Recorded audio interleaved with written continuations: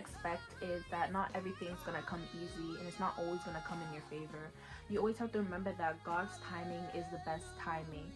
So, and throughout that process, he's going to bring tests and trials in your way that's going to confuse you, but he wants you to stay strong and remain loyal to him and obedient, and to not fall into the traps of the enemy, because you're not just going to get what you want because you prayed for it, or get what you want because you fasted for it. If it's in the right time and if it's in God's will, it will come to pass. But like I said, throughout that, you're going to have a lot of tests and trials. God wants to see if you're going to remain faithful to him and loyal, and stand grounded and not fall into the plans of the enemies, which states in James chapter 1 verse 12 that anyone who remains and loves him, they will be rewarded with the crown of life.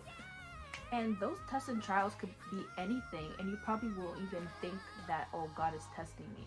Maybe you just came out of a relationship and you told yourself that you want to remain celibate, or you wanted to be to yourself just to know God better and get connected with him more. And then all of a sudden someone just slides in your DM and starts talking to you. And they're talking to you in a way that is not holy, not righteousness. He wants to know, are you going to fall back into that trap again of the sinful life that you lived before? Are you going to go into that again, or are you going to stay strong and reject the person? Or maybe you have a problem with insulting people and you want to refrain from that, and the day someone pisses you off, you want to cuss them out, but God's testing you to see, are you going to actually cuss them out? You know, it's different things that you probably won't really expect it to be a test from God, but it really is. When I say stay grounded, really stay grounded, know your worth, know what you stand for, and don't allow anything to confuse you or trick you, because that is the works of the devil. The next thing is determination, and that's the most important one, because it's the same way. It's like when you're determined to lose weight, you make sure you eat all the healthy foods you can, you make sure you can go to the gym. The way you put your mindset is the same with God. When you're determined to give yourself away to God, it becomes like a task, a challenge.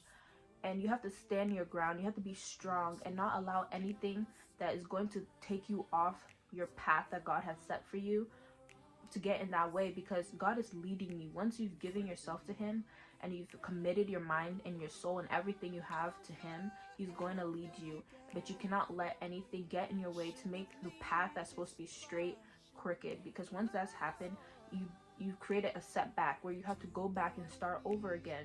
And who wants to be in that position?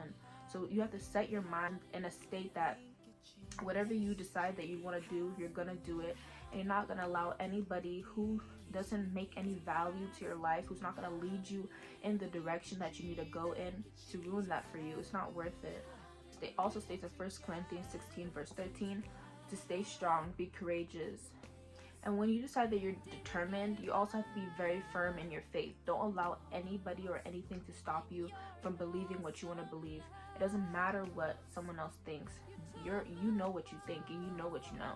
So don't allow anybody to make you feel any less, or feel like what you believe in is dumb or whatever. It's not. If you believe that this is right, then it's right. The next expectation is to let go of worldly things that are just possession. Let go of worldly things that don't make a benefit in your life. Like secular music doesn't do anything to you, especially the music these days. It's not good anyways. All they do is talk about drugs, sleeping with females, insulting females, calling people, like, it's not even good. Like, why would you want to fill up your brain with that type of music anyways? But you know, people still listen to it. But I feel like as a Christian, you shouldn't be filling yourself up with stuff that doesn't favor God, or doesn't, you know, show the love he's done for people. Nothing. It doesn't do any of that for you.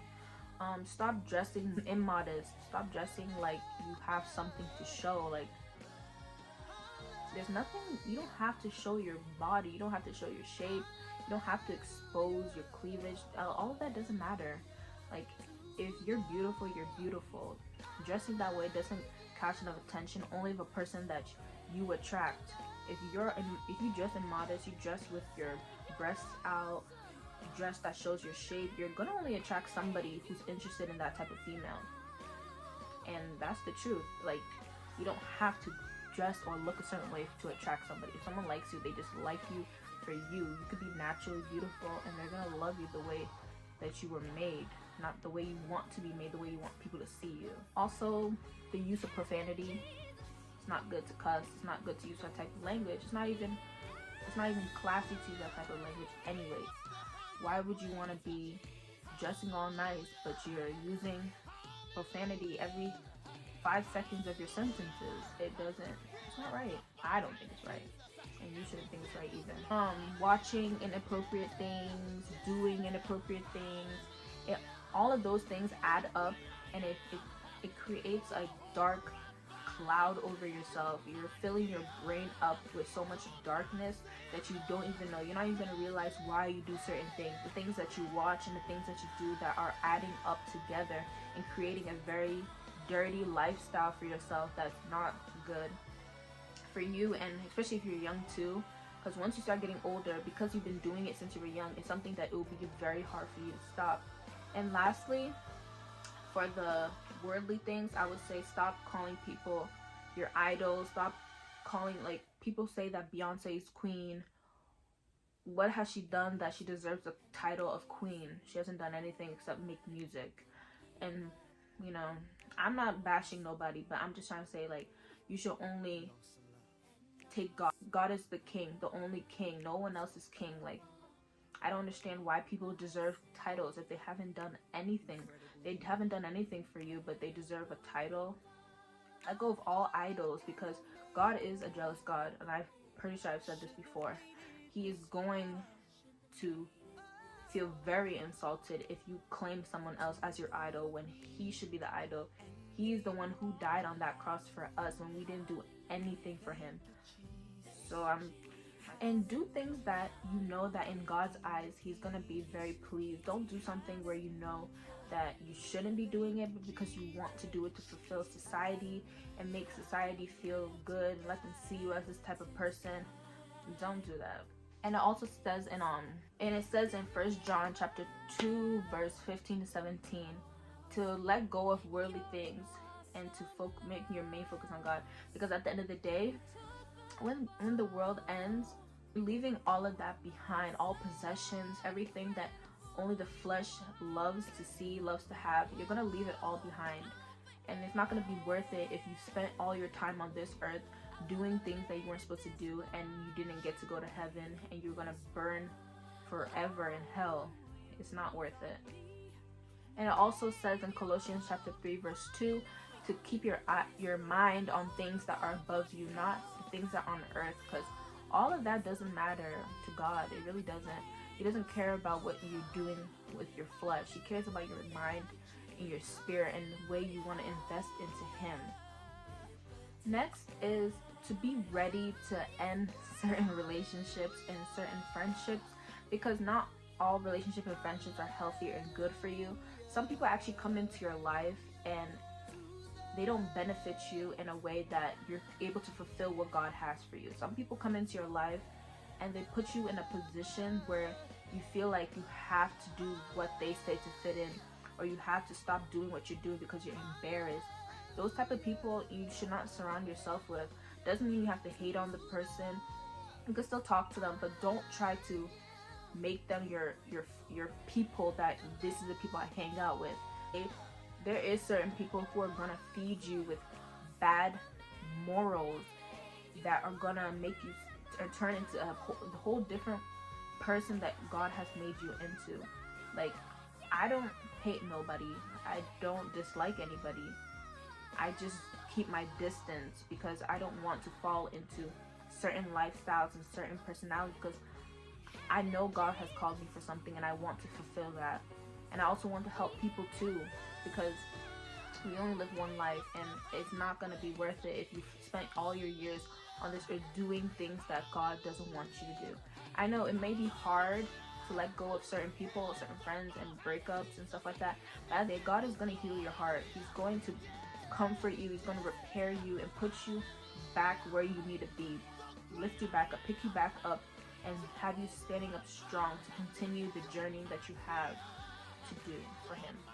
And it says that in 1 Corinthians chapter 15 verse 33, where you shouldn't be deceived by people, because bad people can contribute to any ruins good morals. Maybe you've been a good girl all your life, you've been a good boy all your life. Because you've taken certain friends, you've let certain people come into your life, you allow them to come and put some type of shadow, some type of cloud over your life, that if so, like they say, show me your friends and I'll show your character. Why would you want to be in a position where you have good reputation, your friends don't? But when they see you with your friends, they're gonna think that you're just like them. Why should you have to have that type of reputation? Not saying that you shouldn't hang out with your friends, but just be mindful of who you hang out with and the type of reputation they have. Because I would be upset if I hung around bad people and people thought that's how I was too. I wouldn't like that. And I don't know who would want that for themselves. And it also says in Proverbs chapter 13 verse 20 that whoever walks with the wise becomes a wise person, and only fools will walk with people to get into harm. Like, you have to, like I said before, you have to like be very vigilant and who you decide to hang out with, where you decide to go with that person and their type of mindset, because you don't know what goes on in someone else's head and what plans they have. So just be very mindful and very cautious.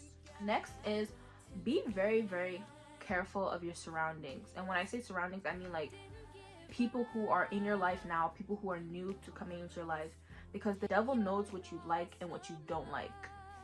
He will try to bring things your way that will make the straight path that God has for you, crooked. He knows that if he brings an attractive guy into your life, you're going to be attracted to the person. You're probably going to give the person your number, and you're probably going to start hanging out with them, and then things end up, how it ends up. But when you have a very, very strong mind, you're not going to allow just attractive guy to come easy in your life. You're not going to allow that to happen, because you have God, you have the Spirit of God working in you. So you're very smart, you're very cautious in every decision that you make. And you should always suspect everybody. I'm not saying that everybody that comes into your life is bad, but when I say suspect, I mean when someone new comes into your life, watch everything, every move they make. Like, why, like if they do just anything that really gets your mind thinking, you'll think, why did they do that? If they really call themselves a Christian, why would they ever do that? Small things that let you to know a person. Red flags. You have to watch out who you're letting into your life, because not everyone is going to be good to you. Some people are going to even come into your life to hang out with you, listen to your problems, compliment you, buy you things, even love you, but they're probably not even good for you. They just know what you want to hear. They know what you want them to do. They know that you want all the reassurance that you're always going to be there for them. That's what they want you to feel, so they can just trap you in and begin to do whatever they've came into your life to do. So just be very cautious of who you let in your life and who is in your life already, and look into why they do the things they do, because not everybody that comes into your life has a good plan for you.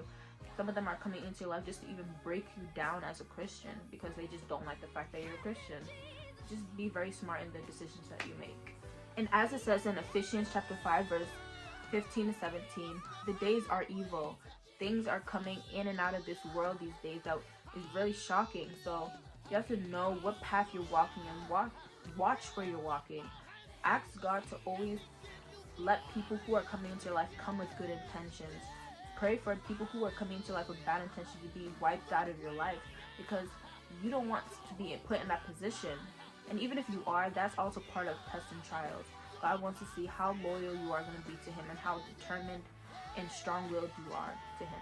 Another expectation is don't let any and everything slide. Don't let someone make you feel like what you believe in is wrong and is false, because what you have set your mind to and your connection with God, whatever he reveals to you, that's you. Don't allow somebody to tell you that what you're saying is, don't let anyone make you feel doubtful that what you believe in and what God has revealed to you is fake, because they're the fake ones, to be honest. They're the ones who don't have the Spirit of God working in them. So they want you to feel bad because you have a spirit, a mighty spirit working in you, giving you the truth of life, letting you know what things about life, letting you be aware of your surroundings. God is the one working through you.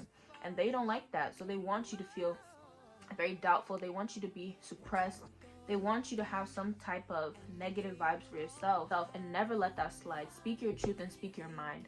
If you are in encounterment with someone where they feel like what they think is real and what you're saying is false, cut those people off. They don't deserve a place in your life, because they're already making you feel like you're stupid and what you're saying is like you're crazy.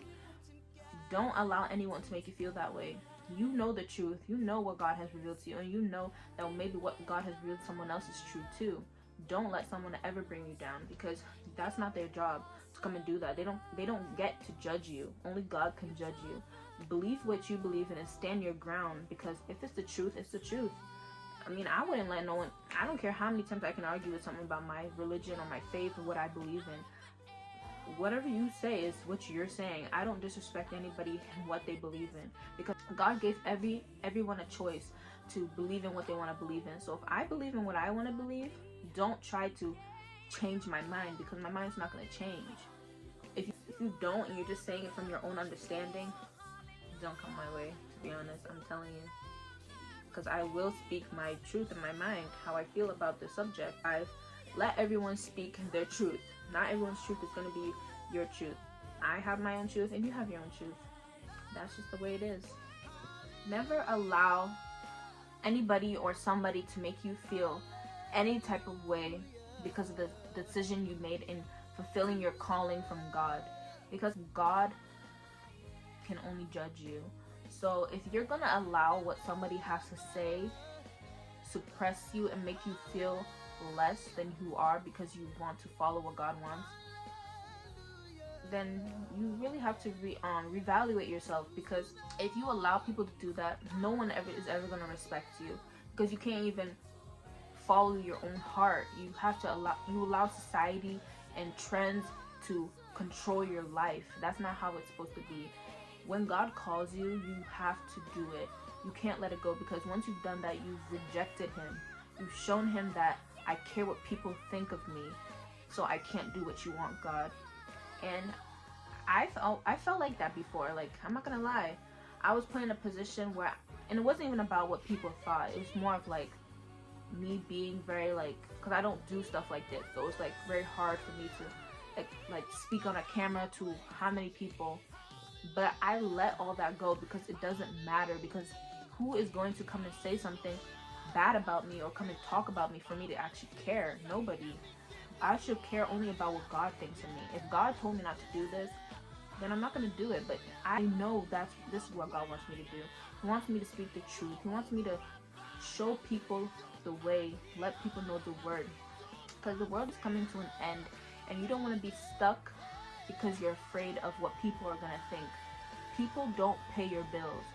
People don't buy you clothes to wear. People don't do anything for you.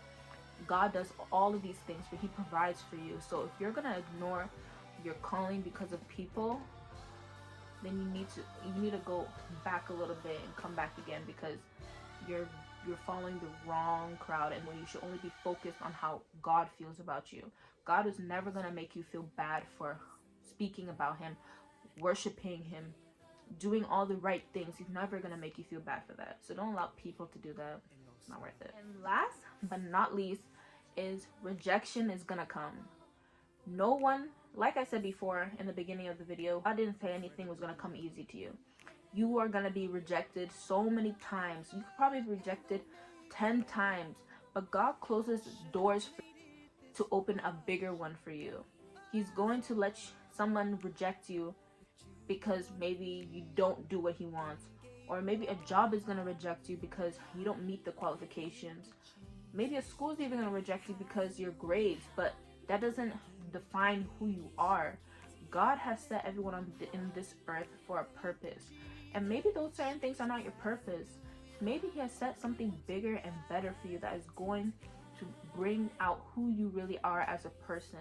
Some people really put themselves in a position where once they get rejected, they feel very, very useless, and they don't matter. But it's not true, because once you put your faith in God and you believe that he's going to do something bigger and better for you in your life, you're all set. All you have to do is just wait on your calling. Wait for God to bring that blessing in your life, because it's gonna come regardless. It doesn't matter if it takes 10 years, 20 years, 40 years. once he has promised you something, he is going to let it come to pass before you die. Trust me. And that's if you trust him too. Once you've trusted him, he is going to answer your prayers. He's going to answer your fasting. He's going to do it all, because that's what he does. He doesn't break promises. No matter how long it takes, it's going to come. And I can attest to that, because there's so many things that I prayed for that I never really got it the time I prayed for it. But I realized that God's timing is not my timing. When I want it, it's not when God wants it for me. So you have to wait for it. Keep getting rejected, but don't allow that to bring you down. We are human, so we are going to feel upset. We might cry about it, but don't allow that to get the best of you. God is here to fight for you. He is going to put you where you're supposed to be. But if you allow people and you allow a situation to get the best of you, you're going to set yourself in a way that you can't move forward because you've already been broken down. That's not what God wants for you. He wants you to, when you fall down, he wants you to get back up, continue as if nothing ever happened, because when you keep walking, that big door is going to be right there for you to walk into. It just takes time. And that's just life in general. Everything's time. Not everything's going to work in your favor when you want it, because you can't just snap your fingers and you get what you want. Everything's hard work and determination. And once you put in your mind to it and you put God first, you talk to God before you go and make any type of decision, he's going to let you know where you should be and what you should do. So that's it for today. I hope you guys enjoyed my video. I hope to see you guys next time.